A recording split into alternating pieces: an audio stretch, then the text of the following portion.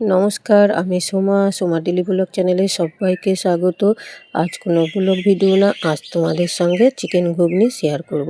তাই দেখো ঘুগনিটা কত সুন্দর হয়েছে, যেমন দেখতে সুন্দর তেমন খেতেও খুবই সুন্দর হয়েছে। তা কী দিয়ে কী করছি সবটাই তোমাদের সঙ্গে শেয়ার করব।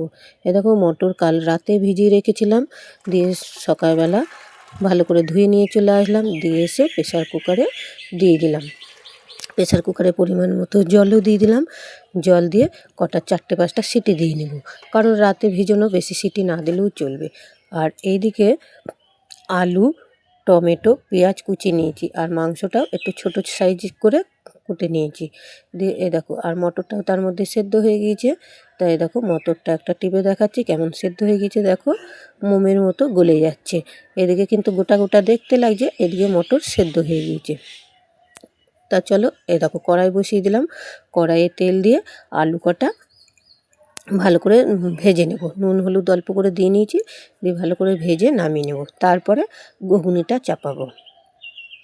আর এদিকে মশলা করে নিয়ে এসেছি আদা, রসুন, গোটা জিরে আর কাঁচা পাকা লঙ্কা দিয়ে বেটে নিয়েছি। শুকনো লঙ্কা যেহেতু খায় না, তাই শুকনো লঙ্কা ব্যবহার করিনি। দিয়ে পরিমাণ মতো হলুদ দিয়ে দিলাম। আর এদিকে কড়াই চাপিয়ে দিয়েছি, কড়াইয়ে তেল দিয়ে নিয়েছি, দিয়ে কড়াইয়ে ফোড়ন, তেজপাতা, জিরে, শুকনো লঙ্কা আর গোটা গরম মশলা দিয়ে দিলাম। দিয়ে পেঁয়াজ কটা দিয়ে দিয়েছি, পেঁয়াজ কটা দিয়ে ভালো করে নাড়াচাড়া করে নেব। পেঁয়াজটা যখন লালি লালি হয়ে আসবে, বাদামি কালার হয়ে আসবে, তখন টমেটোটা দিয়ে দেবো।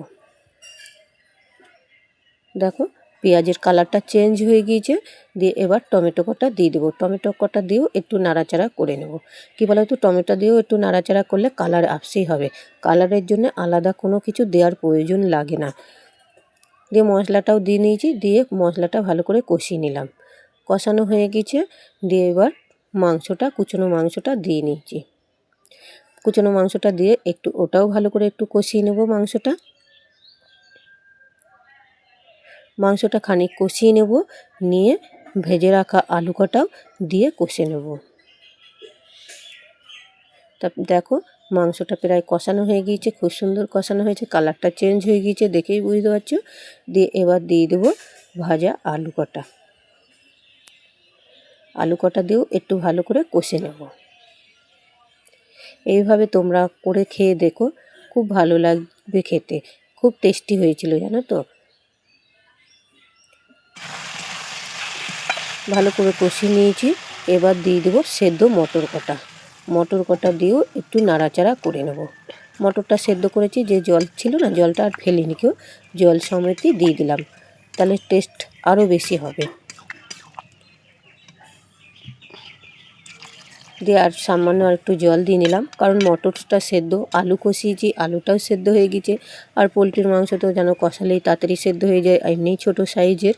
তা পরিমাণ মতো নুন দিয়ে দিলাম, দিয়ে একটু নাড়াচাড়া করে তারপরে ঢাকা চাপা দিয়ে দেবো। তা দেখো ঢাকা চাপা দিয়ে রেখে দিয়েছিলাম, দিয়ে এখন প্রায় হয়ে গেছে, এবার নামাবো। তার আগে একটু দিয়ে নেব গরম মশলা। এতে কোনো গুঁড়ো লঙ্কার গুঁড়ি দিইনি, কিন্তু ওই গরম মশলাটা দিলাম, দিয়ে এবার নামিয়ে নেব। আমাদের ঘুগনি রেডি। দেখো কতটা সুন্দর হয়েছে, কালারটাও কতটা সুন্দর হয়েছে। এখানে যদি কাশ্মীরি লঙ্কার গুঁড়ো দিতাম আরও কালারটা আলাদা রকম হতো।